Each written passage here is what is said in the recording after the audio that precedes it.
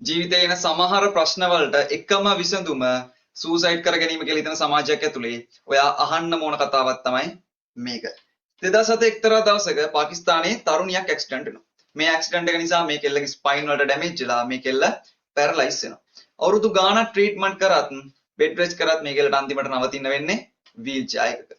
කෙල්ලෙක් වෙලා තමන්ගේ ජීවිතේ ලස්සනම කාලේ වීල් චෙයාර් එක ගත කරන්න වෙච්ච එකට අවුලෙන් ඉද්දි තමයි මේ කෙල්ලගේ ජීවිතේ අලුත් චැප්ටර් එකක් ඕපන් වෙන්නේ. මේ කෙල්ල why me කියන තැන ඉඳගෙන try me කියන තැනට තමන්ගේ මයින්ඩ්සෙට් එක වෙනස් කරගෙන වීල් චෙයාර් එකේ ඉඳන්ම පොඩි කාලේ ඉඳන් තමන්ට හැකියාවක් කියලා තිබිච්ච පේන්ටින් වැඩ කරන්න පටන් ගන්නවා. ඔහොම කාලයක් යනකොට මේ කෙල්ල මුළු ලෝකෙටම motivational speeches දෙනවා. මේ speeches TV interviews සහ women empowerment වැඩ නිසා 2015 දී මුළු ලෝකෙම මේ කෙල්ලව the iron lady of Pakistan කියලා හඳුන්වනවා.